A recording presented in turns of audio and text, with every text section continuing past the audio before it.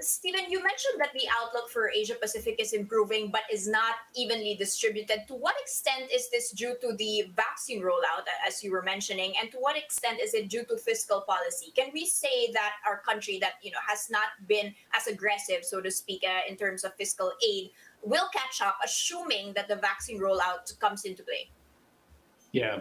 The role of fiscal policy is really to add some stability to the economy until the vaccines get rolled out and until the broader local domestic service producing side of the economy is truly back and active the way it was before COVID. So that's a stabilizing factor that's important, and there's very strong fiscal spending in places like Singapore and Malaysia and Japan. It has been limited in the Philippines, and I think given the current wave of COVID, I would think that there's still a role for fiscal policy to play in supporting SMEs and supporting individuals that have lost their jobs, simply to maintain consumer spending through this rough period in the economy. Stephen, let's focus on the Philippines here. And just for our viewers to understand, I mean, there's a vaccine shortage globally. That's an issue even in Europe and the most developed countries. But you mentioned that this is the issue here, and this is what's going to make our country a laggard. Tell us now that the government has been rolling it out. We just reported that Sec Dominguez has assured that the second quarter and even the second half of the year will really bring in all the vaccines that we need here to get herd immunity.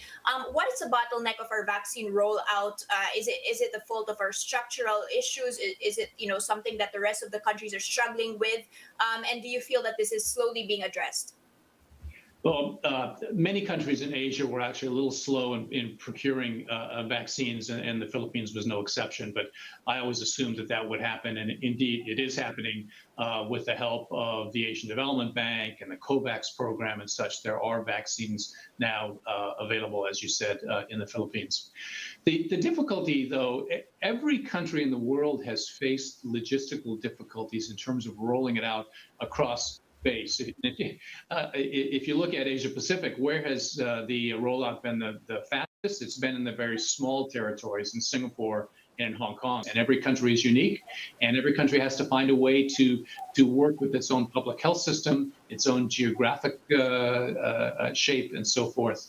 And of course, that's what the Philippines, like every other country, has to figure this out, working with the public health system, working with the private sector, and then working with the transportation bottlenecks that the country faces.